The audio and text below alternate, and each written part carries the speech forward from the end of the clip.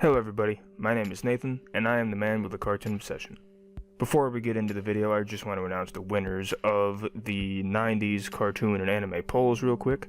The winner of the 90s cartoon poll is Freakazoid, and the winner of the 90s anime poll, in what has to be the biggest upset victory since I started doing these, is Magic Knight Rayearth, and it beat out Cowboy Bebop by just one vote, which I was not expecting in the slightest. So expect both of those reviews later this month. Now on to today's topic. I've debated for a while whether or not I wanted to talk about and even watch this show, and after thinking it over, I decided to check it out.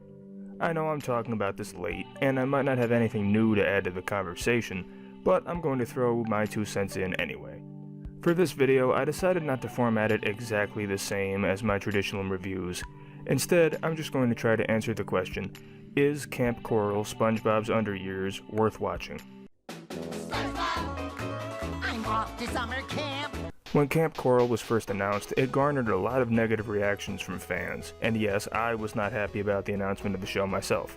The main reason was obviously due to the passing of SpongeBob SquarePants creator Stephen Hillenburg in November of 2018.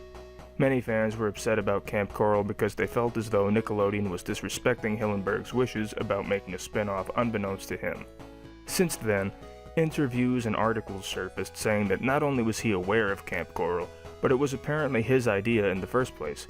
He's even credited as the creator in the intro, and what's noteworthy about that is that it doesn't say based on the work created by Stephen Hillenburg or any variation of that.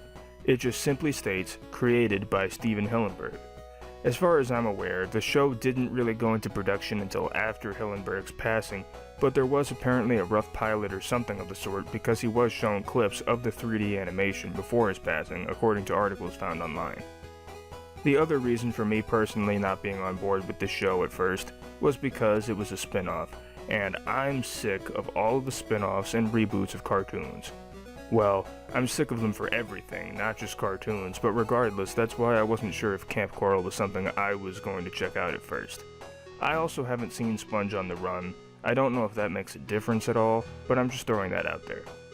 Anyway, Kamp Koral is supposed to have a total of 26 episodes from what I gathered, and as of recording, only 6 are available on Paramount+, and only 1 has aired on Nickelodeon. I watched all 6 of the episodes that are currently available so I could get a good feel of the show, and here are my thoughts. Right off the bat, the theme song doesn't feel like it's anything special.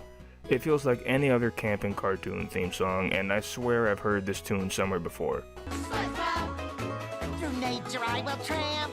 But it is nice that they added a little sample of the original theme song at the end. They also throw in references to the original show during the episodes. For example, Plankton is working at the canteen to save up for college. We even see a couple of 2D animated scenes with the original adult versions of the characters instead of the younger ones that are seen in Kamp Koral. There are also some gags that are placed throughout the series that feel akin to what we've seen in early SpongeBob episodes.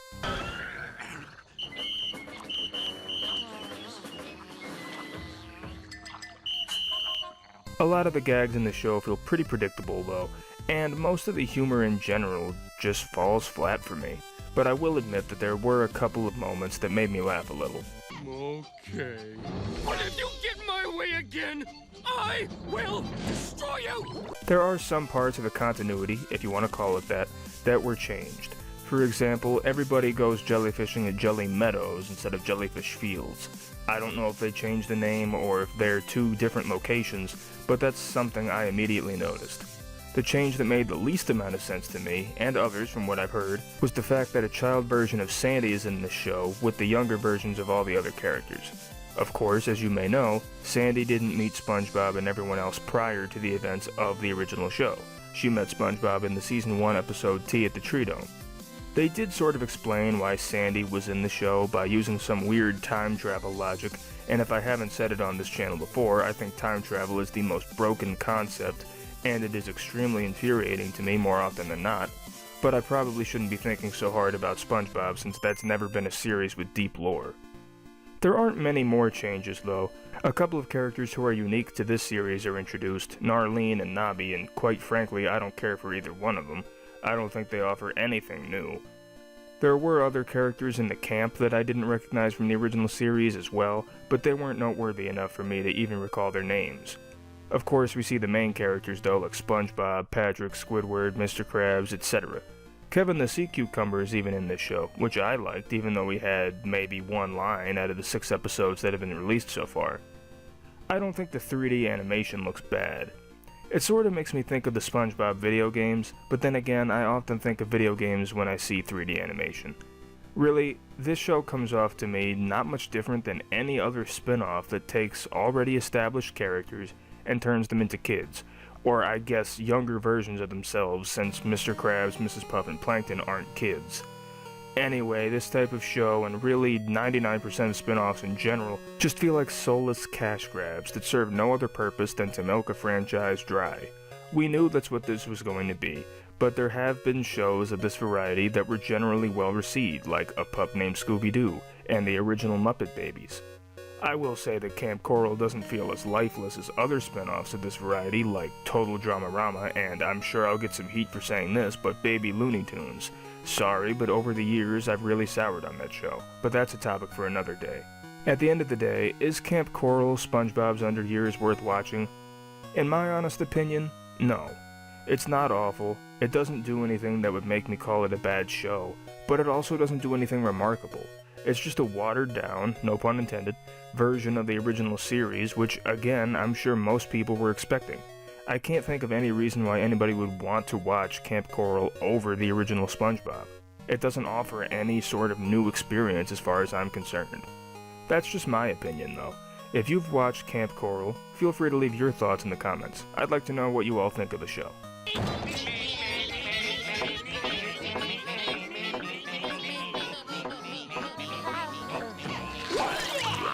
Thank you guys so much for watching the video. If you have any other cartoons, anime, or other animated works that you want me to talk about in the future, please let me know. After all, it's not my channel, it's our channel. Don't forget to like, comment, subscribe, and feel free to check out my social media pages, audition for an outro, and join the official Cartoon Obsession Discord, the links for all of which are in the description below. Thanks again for watching, and I'll see you all next time. Hey guys, Carl Weezer here, and you've been watching, what was it? Oh yeah, Cartoon Obsession.